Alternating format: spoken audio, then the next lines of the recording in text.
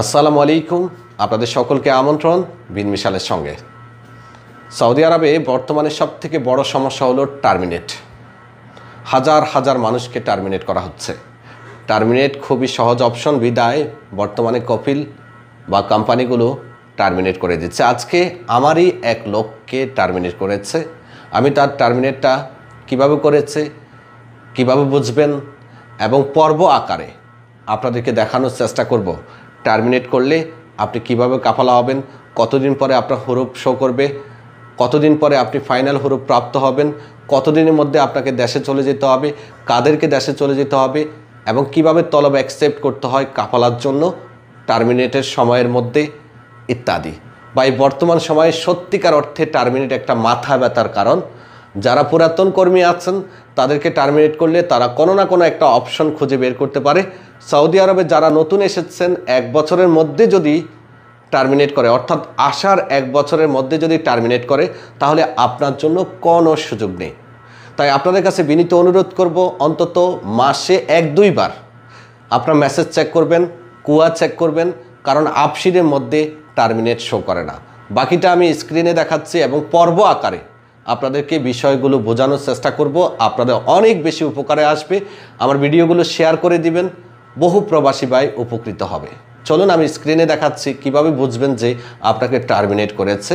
ইনশাল্লাহ আগামী পর্বে দেখাবো টার্মিনেট করলে তলব আসলে কি লেখা আসে, কি করতে হয়, কিভাবে অ্যাকসেপ্ট করতে হয় এবং কিভাবে কাফালা হতে হয়। আপনাকে টার্মিনেট করেছে কিনা সেটি চেক করার জন্য আপনাকে যেটি করতে হবে, কিউআতে প্রবেশ করতে হবে। গুগল ক্রোমে যাবেন অথবা যে কোনো একটা ব্রাউজারে যাবেন, গিয়ে লিখবেন QR.sa, এটাতে ক্লিক করবেন। আমার অলরেডি বেশ কয়েকবার ক্লিক করা হয়েছে বিদায় তেমন একটা লগ ইন অ্যাক্সেস আমার কাছে চাইবে না। এরপরে এখানে 3 ডটে ক্লিক করবেন, লগ ইন অপশনে ক্লিক করবেন। যেহেতু আমি অলরেডি একবার লগ ইন করেছি, যার কারণে বারবার আমার কাছে লগ ইন কোড চাচ্ছে না। আপনার কাছে কোড চাইবে, কোড দিবেন আপনি।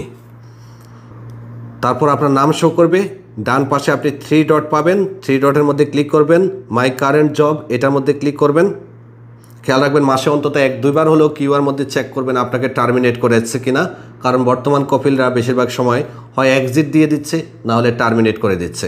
এক্সিট দিলে দেশে চলে যাবেন, টার্মিনেট করলে এক্সিট নেওয়ার ব্যবস্থা আছে। সেই প্রসঙ্গে একটু পরে আপনাদেরকে জানাবো কিভাবে নিতে হয়, তবে প্রসেসটা 2-1 দিন পরে জানাবো, শুধু খালি একটু বেসিক তথ্য দিব। তারপর আপনি দেখবেন গো টু এমপ্লয়মেন্ট কন্ট্রাক্টস, এটার মধ্যে ক্লিক করবেন। এরপরে যখন আপনি একটু নিচের দিকে আসবেন দেখবেন এখানে টার্মিনেটেড। যখন আপনার চুক্তি অ্যাক্টিভ থাকবে, আপনাকে টার্মিনেট করবে না, তখন এখানে লেখা থাকবে অ্যাক্টিভ। আর যখন আপনাকে টার্মিনেট করা হবে তখন এখানে টার্মিনেটেড লেখা থাকবে। টার্মিনেটেড, দেখুন এটা টার্মিনেটেড লেখা আছে। আপনি প্রথমে কিভাবে বুঝবেন যে আপনাকে টার্মিনেট করা হয়েছে সেটাও দেখাচ্ছি। এবার আসুন কিভাবে আপনি বুঝবেন। দেখুন এখানে মেসেজ পাঠিয়েছে, মেসেজের মধ্যে স্পষ্ট উল্লেখ করে দিয়েছে তুমি এই তারিখে তোমাকে টার্মিনেট করা হয়েছে, তুমি দেশে চলে যাও 60 দিনের মধ্যে। যদি 60 দিনের মধ্যে না যাও তাহলে তুমি অবৈধ ঘোষিত হবে। এখানে 60 উল্লেখ করে দিয়েছে, এখানে তারিখ উল্লেখ করে দিয়েছে। মেসেজটা আসলে কিউআর মধ্যে প্রবেশ করে চেক করবেন আপনার টার্মিনেটটা দেওয়া আছে কিনা এবং মেসেজের ডেটটাও চেক করে নেবেন। এটা আপনার লাইফটা বেঁচে যাবে। ধন্যবাদ। পরের ভিডিওতে দেখাবো আরও ব্যক্তিগত অনেক তথ্য।